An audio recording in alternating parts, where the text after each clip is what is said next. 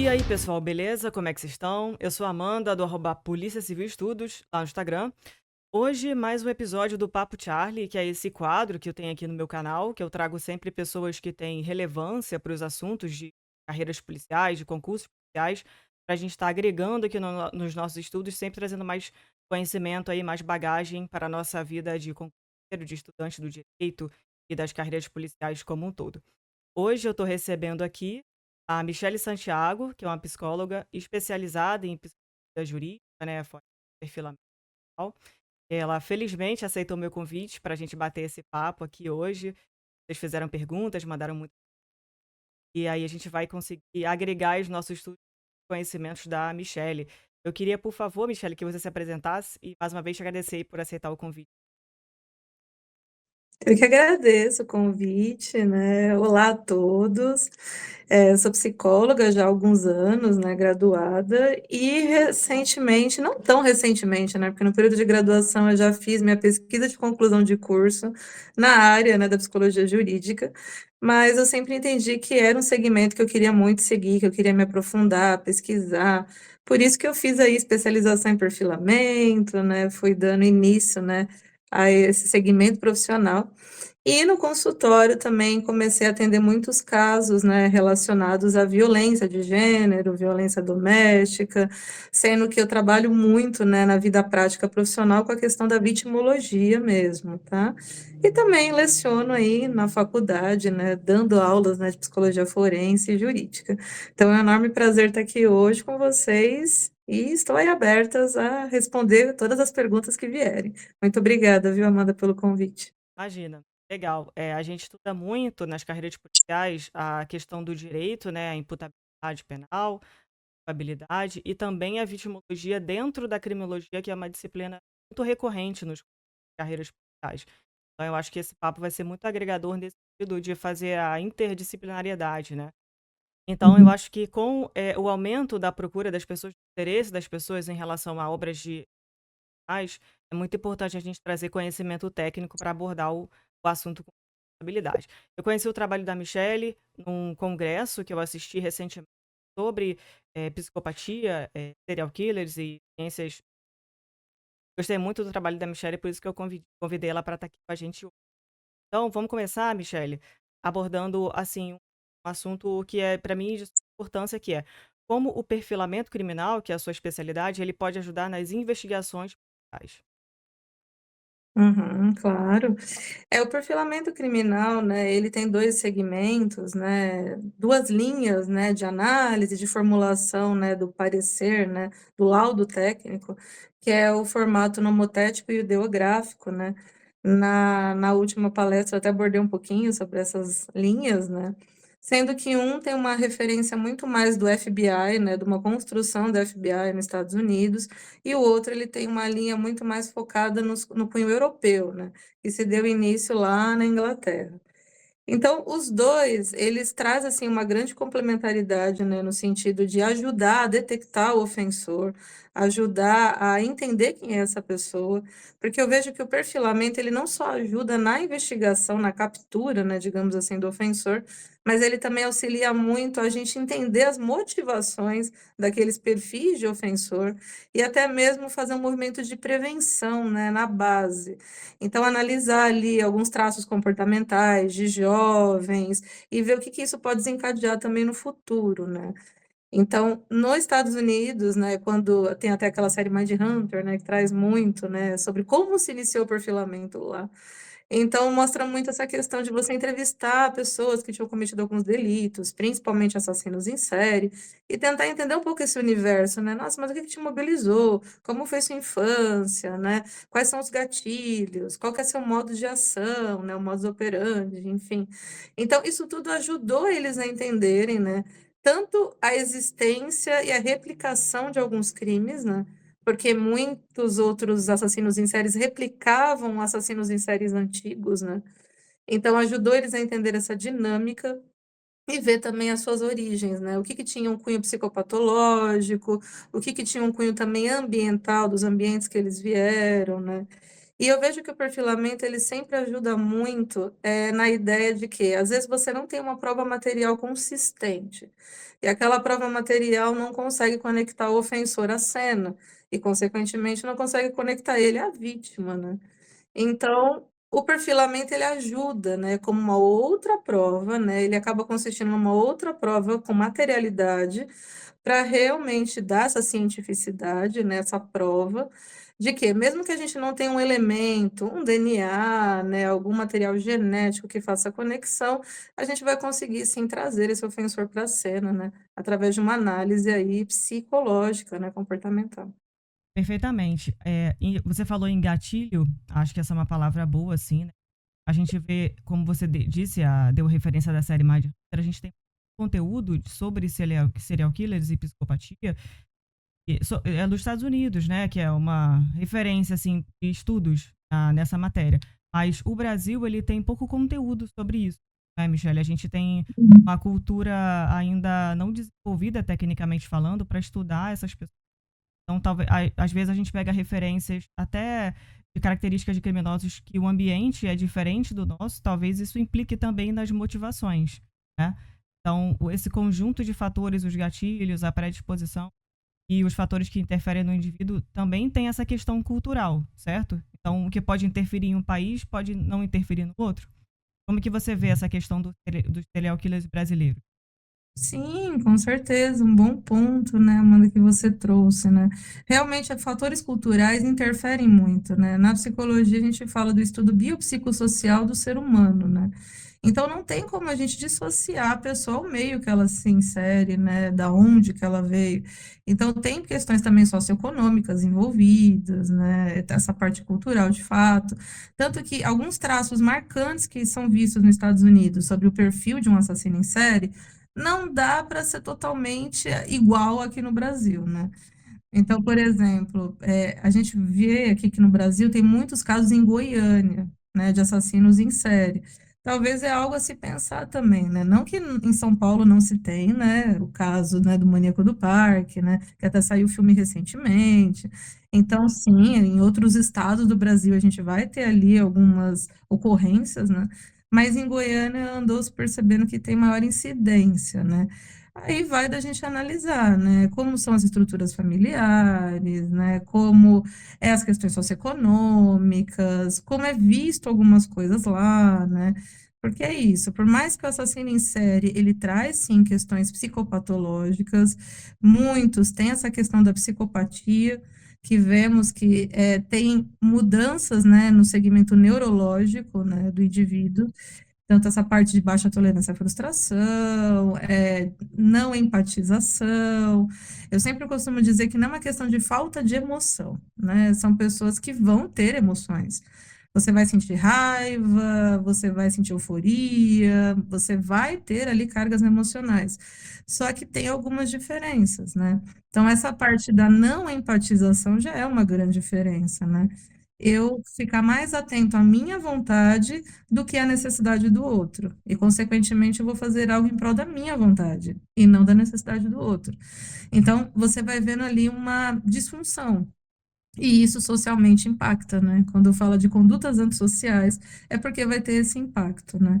Então, vemos que muitos assassinos em séries traz cargas de psicopatia, né? Então, por isso que são crimes que muitas vezes são bem violentos, dependendo do perfil também desse assassino em série, né? Então, vemos sim que há grandes distinções, né? E no Brasil ainda há muito a se explorar mesmo, sobre ver mesmo cada perfil. Tem um outro caso também que foi o Tiago Rocha, que ele tinha um perfil que a gente fala, né, na linha de estudo, mais justiceiro, né? Então, a maneira de conduzir, o tipo de vítima, né? A pessoa sente que ela está fazendo algo em prol de um aspecto social, que tem a ver com o cunho ideológico dela, né? Então, temos sim casos no Brasil, mas a gente precisa ainda explorar um pouco mais sobre os perfis, da mesma forma que a FBI fez há 40 anos atrás, entrevistando casos no presídio, né? Verdade. Essas entrevistas são muito úteis nesse sentido, a entender a motivação. Interessante isso que você trouxe de Goiânia, porque o Brasil é territorialmente tão grande que dá para a gente observar essas diferenças na influência do ambiente geográfico mesmo falando, né? e quais são os fatores daquela cultura daquele estado ou daquela cidade que vão desencadear e você me trouxe uma classificação de justiceiro. Eu achei muito interessante isso. Queria que você falasse um pouquinho pra gente, brevemente, sobre essas classificações de serial killers. Eu sei que tem dados desorganizados e algumas questões associadas a esse comportamento. Você pode trazer um pouquinho pra gente? Claro, sim. Essa parte de organização e desorganização, né? Uma coisa que eu costumo também falar em aulas, em palestras, né? O perfil, a personalidade organizada e desorganizada está um pouco em cada ser humano, né? Então, eu costumo sempre trazer como exemplo, por exemplo, a forma que a gente administra nossas coisas dentro de uma casa, né? Às vezes você pode ter um cunho mais organizado, muito de arrumação, muito de cuidado, muito de estética. Então, essa coisa interna, ela sai para fora no comportamental, né? E o desorganizado, ele tem a ver, assim, com uma instabilidade, uma inconstância, uma impulsividade, e, consequentemente, você não consegue ser muito metódico, muito cuidadoso, né? Então, isso nos assassinos em série vai pairar também, que isso tem a ver com a forma que eles executam o crime, né? Então, como exemplos, né, o Ted Bundy, o Jeffrey Dahmer lá nos Estados Unidos, né? Então, você vê essa grande diferença.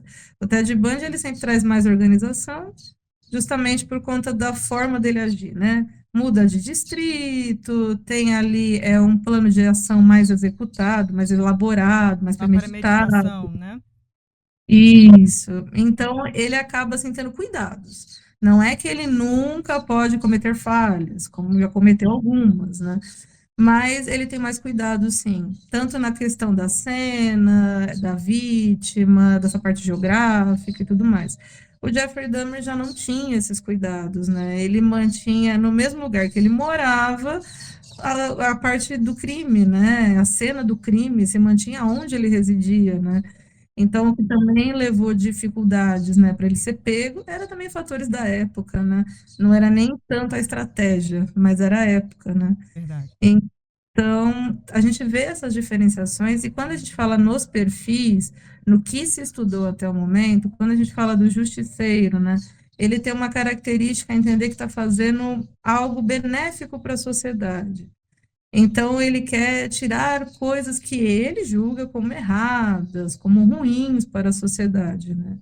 Então, muitas vezes, eles atacam vítimas que têm um grande índice de vulnerabilidade social, então, seja por questões familiares, socioeconômicas.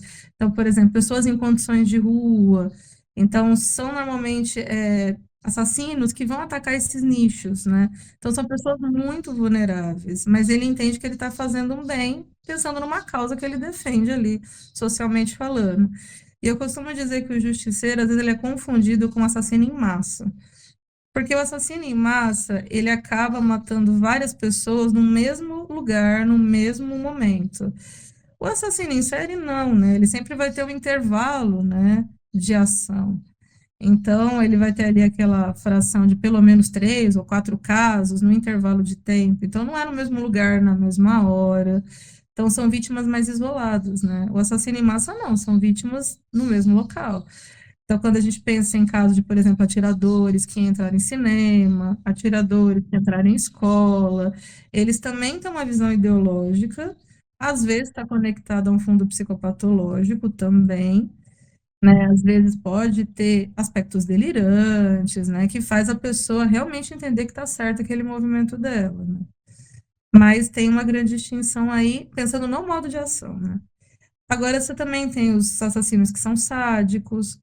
Normalmente os sádicos, eles têm, de fato, muito prazer com a dor do outro, né? E tem um cunho libidinal sexual. Então, às vezes, tem uma coisa não bem elaborada, pensando no processamento, desenvolvimento sexual dele. E ele coloca muita raiva em cima da vítima. E tem, muitas vezes, violência sexual no processo, torturas, enfim. Então, são crimes bem hediondos, assim, que gera mais comoção social justamente pelo formato, né? Você tem aqueles que são movidos à emoção, e eles têm aí já um prazer, né, nesse processo. Eles não têm, às vezes, uma forma muito definida de ação ou um único objetivo, uma única motivação, mas ele tem, assim, uma sensação muito eufórica naquilo que ele executa, né? Uma coisa interessante que eu li recentemente, né, e também eu já coloquei isso em algumas pesquisas, sobre o momento que ele faz aquilo, né, o gatilho. Normalmente se liga a muitos estressores, tá? Nós seres humanos temos estressores. Tem dias que a gente vai estar muito cansado, muito sobrecarregado, e a gente vai querer buscar válvulas de escape. Para eles não é muito diferente, só que a forma que eles buscam a válvula de escape é no cometimento dos crimes. Então, quando eles estão mais estressados, percebe-se que eles têm mais chances de fazerem mais vítimas, entendeu? E aí também a gente tem essa parte totalmente psicopatológica, que tem alguns assassinos em séries que são movidos totalmente a delírios e alucinações.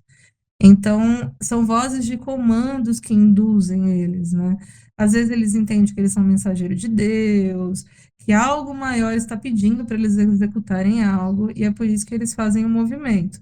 Mas eu também sempre gosto de falar, não é que todo mundo que tem traços psicóticos, né, no caso, vai ter ações de crimes. Não, tem pessoas que vai ter questões psicóticas e nunca vai ter cometido nenhum crime.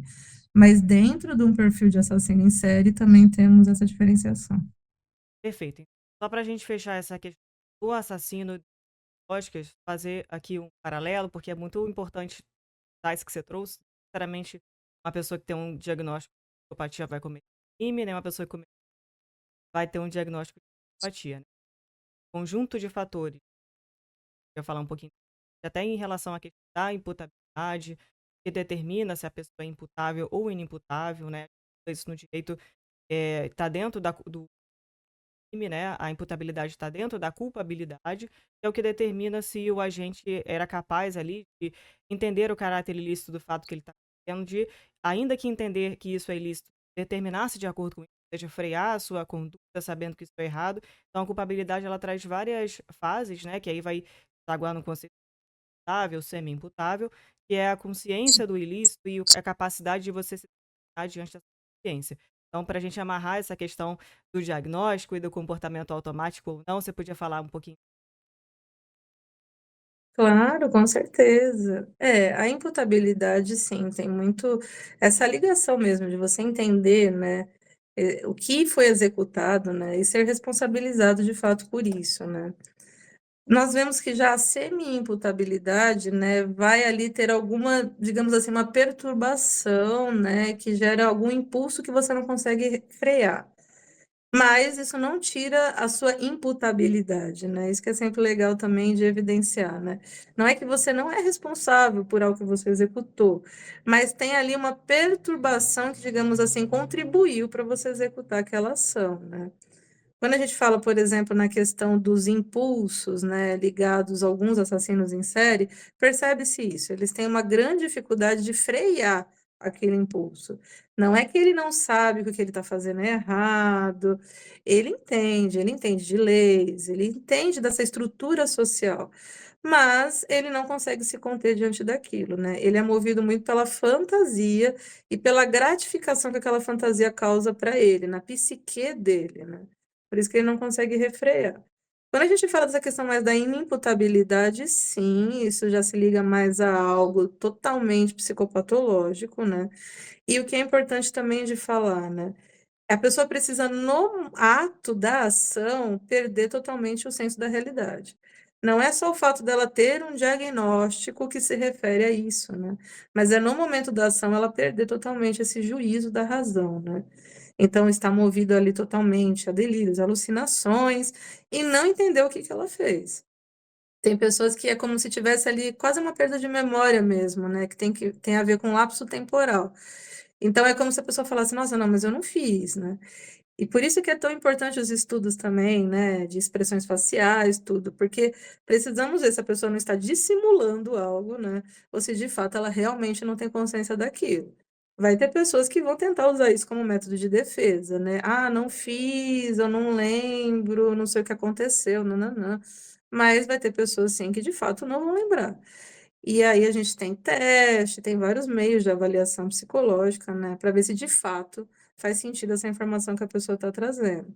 A gente vê até mudanças na fala, mudanças na organização do pensamento, todos esses pontos faz sim a gente perceber que a pessoa de fato não sabia o que fez, né. Sim, essa era uma das perguntas, como são feitos os testes, as entrevistas, para diagnosticar o quanto essa pessoa tinha compreensão, né, do que ela estava fazendo. A sua explicação me lembrou um pouco aquele filme Fragmentado, né. Tem aqui não sei se chama transtorno de dissociação de identidade ou alguma coisa, não sei se o nome está correto, Isso. você pode me corrigir, mas, seria mais ou menos nesse caminho, a pessoa como se estivesse ali presente a sua consciência, e depois ela retomasse, não se lembrasse. Como que é feito esses testes? Sim, tem o fragmentado, ele se pautou também num outro caso, né, que era Billy Milligan, eu acredito o nome. Ele tinha várias identidades também, ele tinha esse transtorno, né, o TDI, né, dissociativo de identidade. Então era como se várias personas, né, habitassem dentro dele, né. Então, ele próprio falava isso, e foi um caso super difícil de julgar. Tem até o documentário no Netflix. Eu não lembro se o nome exatamente é documentário relacionado ao Billy Milligan ou se tem um outro nome. Mas fala da dificuldade de julgamento dele, justamente por isso. Qual personalidade, digamos assim, estava atuando em determinado delito, em determinado crime? Então, se era uma personalidade, não tinha a ver com ele, né? A gente vê sim que é um caso, se liga diretamente a uma saúde mental, né? Então, é uma patologia que está afetando esse juízo. Também é sempre fundamental reforçar que não são todas as pessoas que têm esse quadro, que também vão cometer crimes, né? Mas são pessoas que vão ser mais suscetíveis, sim, a essas confusões. Porque você vai ter essa amnésia, digamos assim, né? E você não vai resgatar aquela informação. E no processo, quando a gente faz análise, entrevistas, os testes, então cada teste da psicologia ele vai se direcionar a uma esfera avaliativa. Então, tem testes que vão se ligar à análise de personalidade, análise de cognição, humor. Então, são várias avaliações que vamos fazendo ali, né, para coletar mesmo provas, né, e para estruturar o nosso laudo, né. Então, às vezes, pode ser um laudo para fins judiciais, caso a pessoa está sendo acusada, né, está numa fase pós-processual, ou casos clínicos mesmo, né, que algum outro profissional quer entender o funcionamento daquela pessoa, né. E nas entrevistas também, né, nós fazemos entrevistas mais semi-estruturadas, que são perguntas abertas, perguntas fechadas, então é uma maneira, assim, de você ir mapeando ali, mais informações e fechando um documento, né. Entendi. Aí nesse documento você emite o seu parecer, né, é importante deixar isso claro, você não emite se a pessoa é culpada ou culpado se cometeu. Essa avaliação fica a critério do juiz. Então vocês emitem um parecer de um diagnóstico ou de uma percepção em cima daquela pessoa avaliada, correto? Isso, com certeza, bom ponto. Quem vai determinar ali é o juiz, né. Nós não estamos para falar nada em relação a isso, a gente só está para fazer uma avaliação da saúde mental dessa pessoa, né. E também a gente sempre costuma deixar bem claro, tudo que foi analisado foi no momento da avaliação. Não dá para dizer se a pessoa ela vai se manter nesse estado daqui a 1 mês, daqui 2 meses, porque as pessoas são mutáveis, né. Falando agora um pouco sobre os aspectos vitimológicos, a gente está com muito conteúdo de criminais, então às vezes a gente dá um enfoque maior para os criminosos e para os crimes. Acho que muito pela curiosidade do ser humano, estar no lugar do crime, falar, será que faz de produzir um comportamento como esse? Eu acho que a gente, enquanto ser humano, fica preocupado e curioso quanto a isso, né? Essa curiosidade é normal. Porém, eu acredito que, de fato, a visibilidade sobre as vítimas é um aspecto muito importante, né, de ser falado, porque tem vítimas que sobrevivem, né? E isso muda a vida da pessoa completamente. Então, a gente entende que as vítimas são, na maioria das vezes, objetos, né, de uma compensação.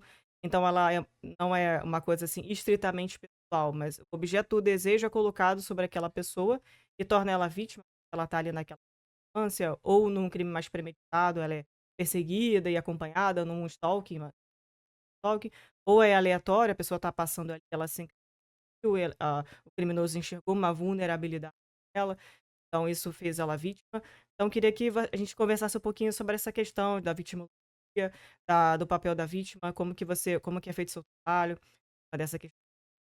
Uhum, claro.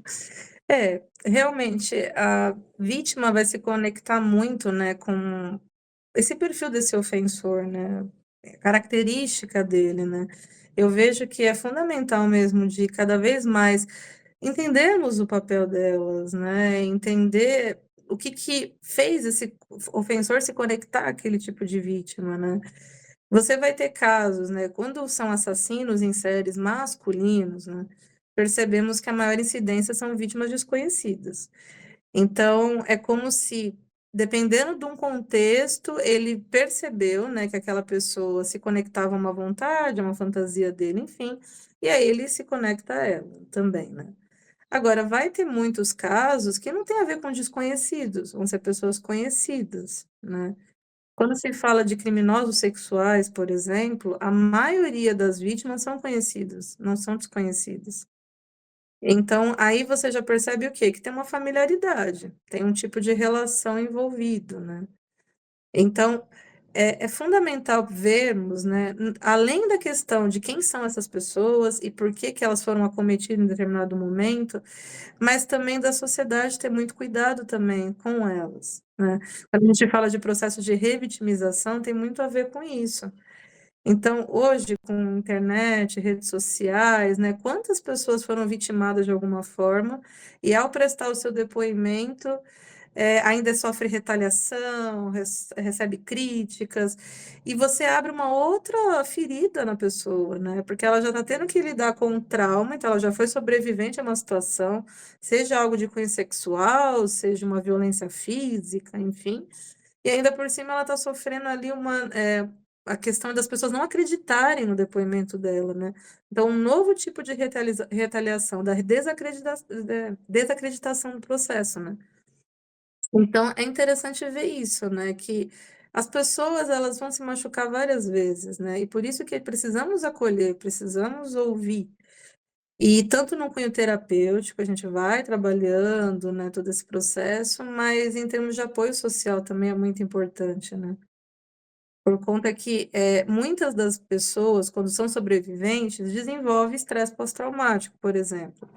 Então você vai ter dificuldade de ter uma vida da forma que você tinha antes, porque tua segurança não foi mais preservada, né. Então fica um estado de alerta, um estado de tensão: "Será que eu vou viver isso de novo? Será que isso vai acontecer de novo?". Então, e ainda tendo pessoas que desacreditam, é muito mais complicado, né. Tanto que muitas pessoas que são sobreviventes, às vezes entram em quadros depressivos, justamente por conta, né, de toda essa violência e reviolência, né, que é vivida. Então, eu acho que o grande ponto é o quanto a gente precisa falar para prevenir.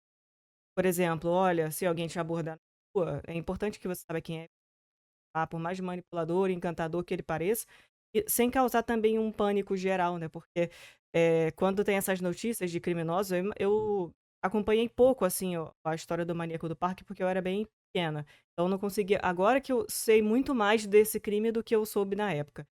Mas eu acho que gera ao mesmo tempo que você precisa prevenir, você também não pode gerar um pânico a ponto de elas não quererem ir pra casa e etcétera.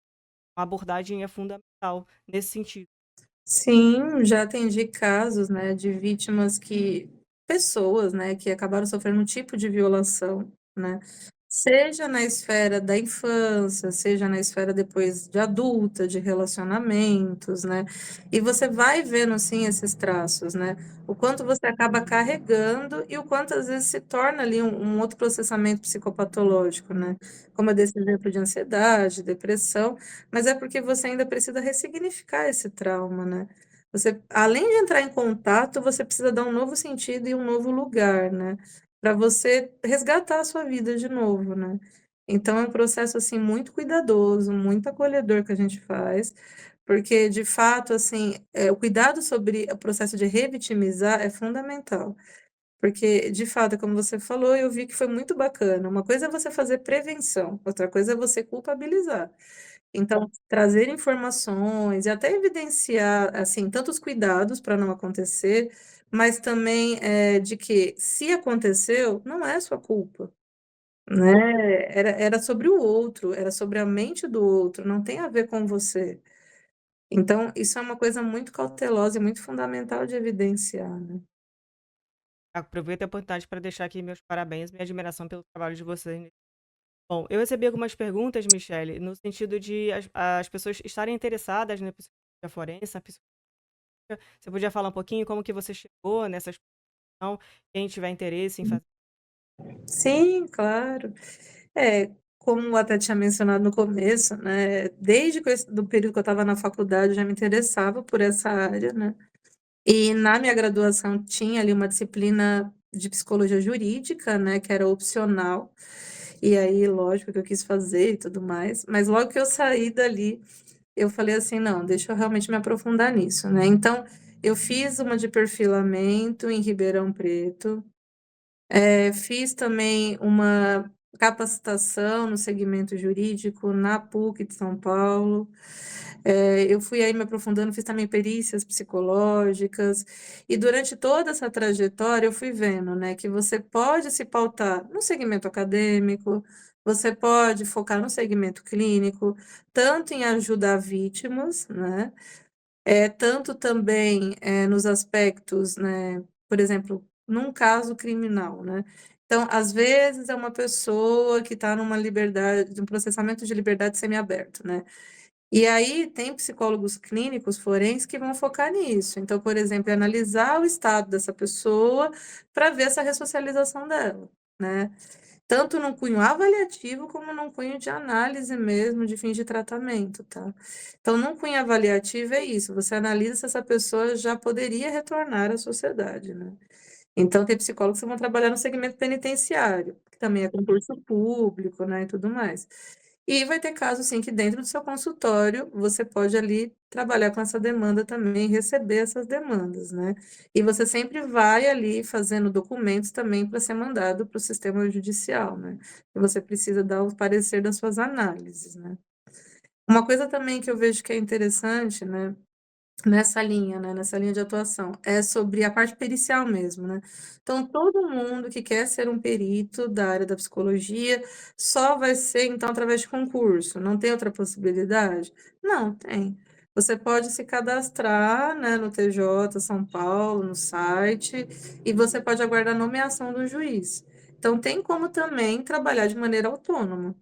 Ou, né, como um perito ou como assistente técnico. Também isso acaba sendo uma possibilidade que eu vejo que fica bem flexível, né, para as pessoas, e também é algo interessante, né. Então, eu vejo que é uma área que tudo bem que no Brasil ainda está iniciando, né, trazendo mais informações, trazendo mais estudos, mas o legal é que precisamos de muitos profissionais nessa área, nesse segmento, tanto no cunho investigativo, para a gente analisar e ver aí a captura de um ofensor, um responsável, né, mas também para a gente entender as pessoas que já foram presas, né, que estão em sistema penitenciário, para a gente ver formas aí sobre atendimento psicológico, enfim, então a gente tem vários ramos de ação aí, e eu vejo que todo mundo que se interessar, após, né, fazer faculdade de psicologia, ter um CRP ativo, né, que esse é o primeiro processo, mas depois de caminhando para essas especialidades e ver aonde se identifica mais.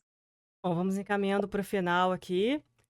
Queria, Michele, que você deixasse, por favor, as suas redes, como faz atendimento, você faz presencial, você faz online, das 2 formas, como que conhecem mais do seu trabalho, te encon Atualmente eu estou focando mais no atendimento online, né, no segmento remoto, mas uma forma tranquila de me encontrar pela rede social mesmo, tem o meu site lá, né, missantiago.psi, minha rede do Instagram. Tem um projeto também, que é o Seguindo Pistas, né, para mencionar para vocês, é um projeto bem interessante que eu desenvolvi com uma amiga, que ela é advogada, e nesse projeto a gente tenta levar uma imersão, né, sobre como funcionam os processos investigativos. que com certeza vão contribuir muito dos nossos estudos. Eu acredito que o estudo para concurso é um estudo, como eu disse, interdisciplinar, você não pode ficar restrito ali às matérias de direito, aos livros, você tem que conversar com outras pessoas, com para você criar bagagem, criar repertório, chegar mais preparado, assim, na prova, né, porque as provas a gente cada vez estão mais difíceis, né, trazem aspectos mais elaborados, que trazem doutrinas ali que estão um pouco fora do que a gente vê estritamente tal. Então esse papo aqui vai ser muito agregador para estudos, para o tema aí como um todo. Muito obrigada por ter aceitado o convite. Eu que agradeço, muito obrigada a todos. E aí, pessoal, espero que vocês tenham gostado, que essa conversa tenha sido bastante agregadora aí para os estudos.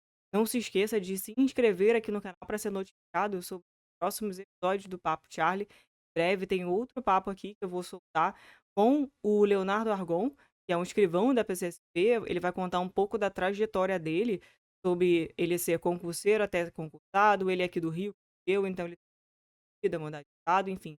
É uma conversa muito legal, ele vai falar um pouquinho sobre a época dos estudos, as provas, a Cadepol, a prova oral, a transição, o CFP, a mudança de estado, a mudança.